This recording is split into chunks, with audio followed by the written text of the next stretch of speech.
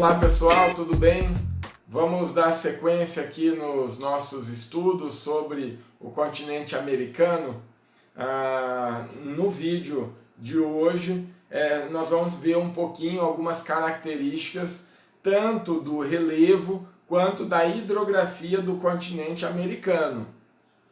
Para isso, eu quero que você pegue o seu material, o seu livro e abra na página 5. Na página 5 você tem esse mapa aí, né, no final da página 5, de todo o continente americano. Tá? Olha só o que nós temos aí de informação com base nesse mapa. Tá? Primeira coisa, o continente americano, ele é o continente que tem a maior extensão latitudinal, ou seja, de norte a sul. Ele é o maior continente de todos, né? Tem terras desde o extremo norte até bem próximo ali do extremo sul do planeta, passando aí por todas as zonas climáticas, né? Da Terra, zona polar, temperada e tropical. E isso, inclusive, nós vamos ver mais para frente, vai influenciar nas paisagens naturais aí do continente americano. Em relação ao relevo, tá, nós temos algumas características bem semelhantes da parte norte, a América do Norte, né, e a América do Sul.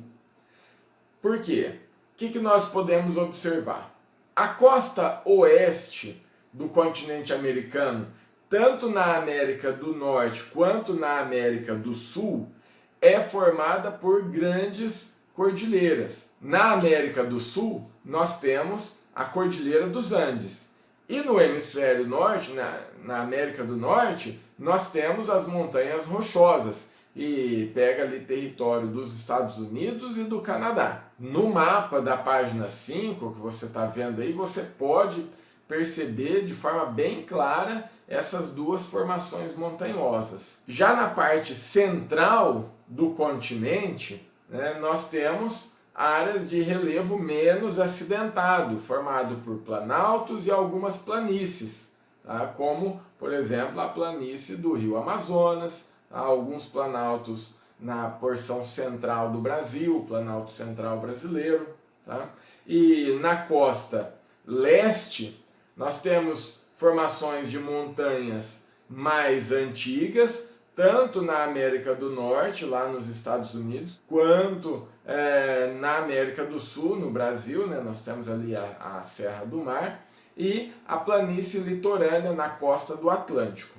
Além disso, né, é importante frisar que a América do Norte e a América do Sul estão ligadas por um istmo. Tá? Não sabe o que é um istmo?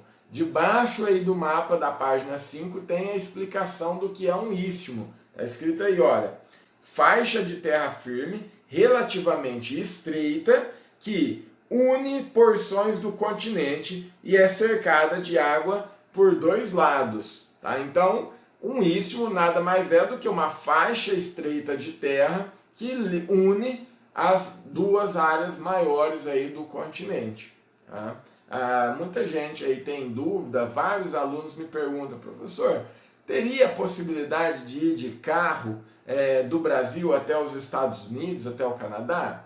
Eu digo, né, que sim, porque é uma faixa contínua de terra, todo o continente americano, então teria como, tem essa possibilidade de fazer esse trajeto de carro, sim. Claro, é uma viagem muito longa, milhares de quilômetros, né? Passando pela Cordilheira dos Andes, atravessando a América Central, o México, até chegar lá nos Estados Unidos, mas tem essa possibilidade sim. Tá? Além disso, né, além desse istmo, a América Central ainda tem as ilhas do Caribe, onde estão ali vários países, né, com praias muito bonitas, né, vários países famosos, né, Cuba, Jamaica, o Haiti, né, países ali com problemas econômicos, né, e sociais muito graves, né, a América Central é a parte mais pobre do continente americano, mas isso aí é assunto para uma outra aula, tá? Muito bem, então até aí tá tranquilo? Tá? Então vamos virar a página, vamos para a página 6, e na página 6 você tem esse texto aí que está contando com detalhes as características aí das principais formas de relevo do continente americano, tá?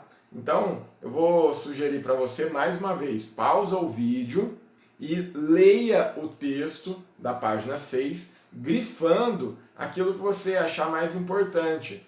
E aquilo que você não entender e tiver dúvida, a gente vai conversar depois no nosso bate-papo ao vivo pelo Zoom, tá? Na outra aula a gente vai conversar sobre esses assuntos aí também, e aí eu vou tirar as dúvidas que vocês talvez tiverem, ok? Então tá bom, pausa o vídeo e vai ler. Terminou a leitura aí? Então você viu aí as principais características do relevo americano, ok? Muito bem. Na página 7 você vai encontrar um mapa das principais bacias hidrográficas do continente americano. Por que é importante nós estudarmos essas bacias hidrográficas? Primeiro, porque muitas delas são muito utilizadas para várias atividades econômicas. Vamos a alguns exemplos. Na América do Norte, talvez a bacia mais importante seja a bacia do Mississippi, Missouri. Por quê? Essa bacia hidrográfica, além de gerar energia, ela é muito utilizada para o escoamento da produção dos belts, que são os cinturões agrícolas lá dos Estados Unidos. Esses belts, que são os cinturões, né?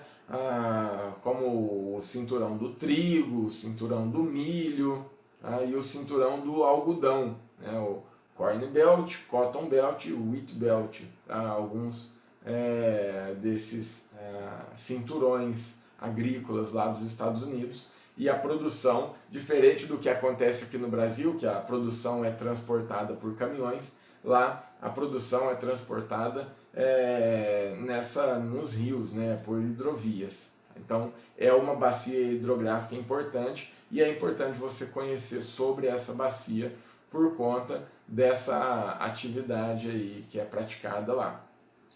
Outra bacia importante, agora já mais próximo da nossa realidade, é a bacia do Rio Amazonas, que o principal rio leva o nome aí da bacia, né? A bacia leva o nome do principal rio.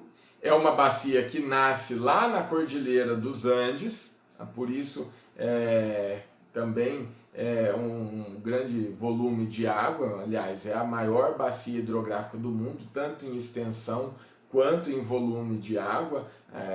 Está presente no território aí de 9 países da América do Sul, e ela surge lá na Cordilheira dos Andes com o derretimento das neves da Cordilheira dos Andes. É claro que ela não é só abastecida pelas neves da Cordilheira dos Andes, mas também pela água das chuvas dessa região aí do clima equatorial, muito úmido, com um volume de chuva muito grande, o que aumenta a quantidade de água nos rios dessa bacia. Tá?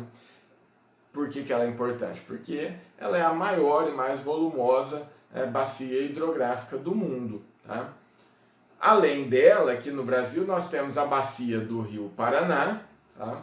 Que ela é muito importante porque ela está numa área de extrema importância econômica para o Brasil, porque ali nós temos, por exemplo, a maior hidrelétrica do mundo, né? A hidrelétrica de Itaipu, que está lá na bacia do Rio Paraná, está no Rio Paraná, né? Que é um dos maiores rios do mundo também, né? Além disso, não só o Rio Paraná, o Rio Tietê também muito utilizado para geração de energia, tá? E também para transporte de mercadorias. É subaproveitado, a verdade é essa. Essa bacia para o transporte de mercadorias ela é subaproveitada, poderia ser aproveitada de uma forma muito melhor. Tá? mas não deixa de ser uma bacia muito importante. Por quê? Porque ela é utilizada para geração de energia, afinal de contas também está numa área com maior concentração populacional do Brasil, tá? Transporte de cargas, né, pouco aproveitado, mas é aproveitado, e também abastecimento das cidades, tá? Abastecimento com água de algumas das maiores cidades do Brasil, ok? Então, aí nós temos a importância de algumas das bacias hidrográficas do continente americano. Ainda na página 7, nós temos aí uma atividade, tá? Eu vou explicar para você e você pode responder essa atividade no seu caderno ou aí num cantinho do seu livro. O que essa atividade está dizendo aí para nós? Falando assim, ó, com relação à porção oeste do continente, embora apresente grandes bacias hidrográficas, muitos de seus principais rios não desembocam no Oceano Pacífico. Ou seja, está falando que no continente americano, a maior parte das bacias hidrográficas desembocam, ou seja, tem a sua foz no Oceano Atlântico e não no Oceano Pacífico. Daí está assim, ó, como as imagens do relevo do continente, na página 5, podem explicar essa situação? Bom, na costa oeste do continente americano, como eu já havia dito, nós temos a presença de grandes montanhas, grandes cordilheiras. Isso faz com que os rios que nascem na parte oeste, eles tenham pequenas extensões, né? São rios mais curtos. Já os rios que nascem voltados para o outro lado, né, para a parte do Atlântico, eles sejam maiores. Então o relevo está relacionado aí com o tamanho dos rios, o tamanho das bacias hidrográficas, ok? Então os rios que se direcionam ao Pacífico são rios menores. Os rios que se direcionam para o Atlântico são rios maiores. No início da página 8 já vem uma informação bem interessante para nós e de extrema importância. Está dizendo o quê?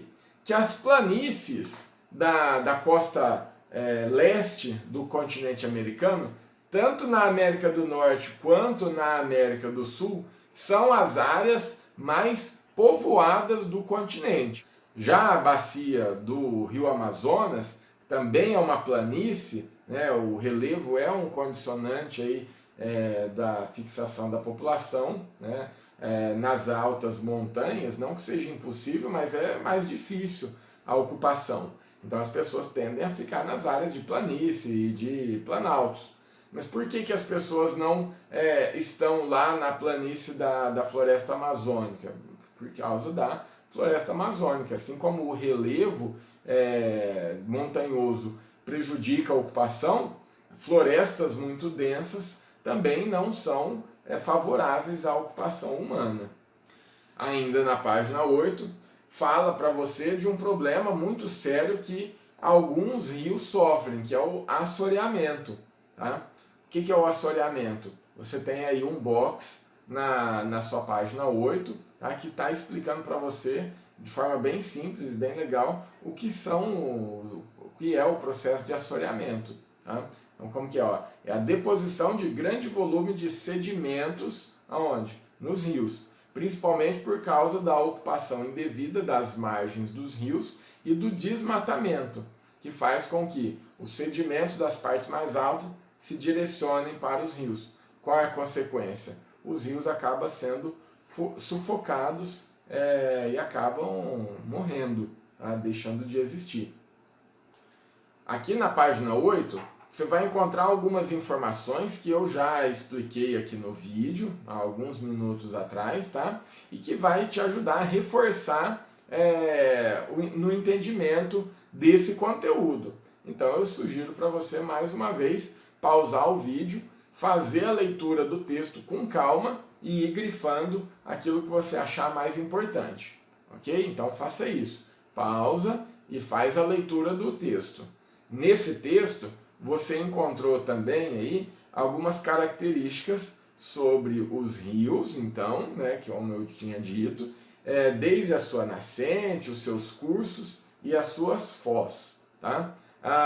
Se você tiver alguma dúvida ainda, não tiver entendido qualquer coisa, a gente vai conversar na próxima aula, tá? E aí você pode fazer as suas perguntas. Por exemplo, em relação aos conceitos, né, de foz em delta, em estuário, como que que o rio desemboca no mar, é o formato da área de desembocadura do rio. Isso aí, quando a gente fala uma foz em delta, é desse jeito, e uma foz em estuário é nesse outro formato aqui, tá? Bem interessante, bem importante você saber a diferença entre esses dois tipos de foz, ok?